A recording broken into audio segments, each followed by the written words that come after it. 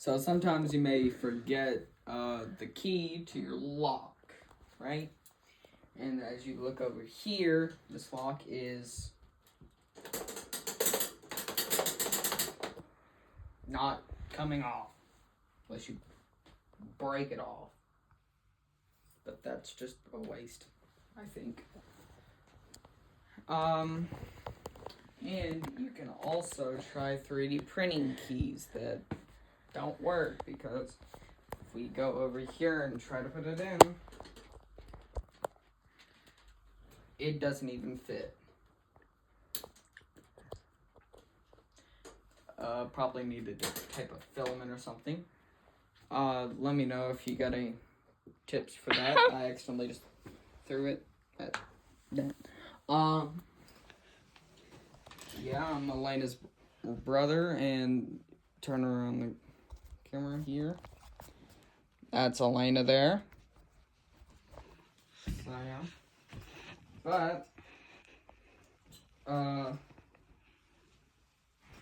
you can grab utensils off Amazon or something for like, what, $15. There's different types of tension thingies, and there's different types of other thingies, picks, yeah. What you can do is you can go over here, try lockpicking it.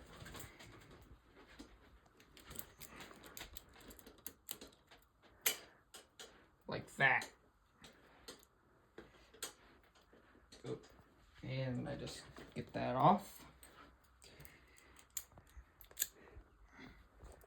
There we go. There's the lock off. Plus, if you accidentally lock something else, you can either use the tools you bought before if you bought them, or you can do a different option. Let's head out here to see. So, say you was doing whatever you're doing, then this door is locked. Completely locked. And then I shut it.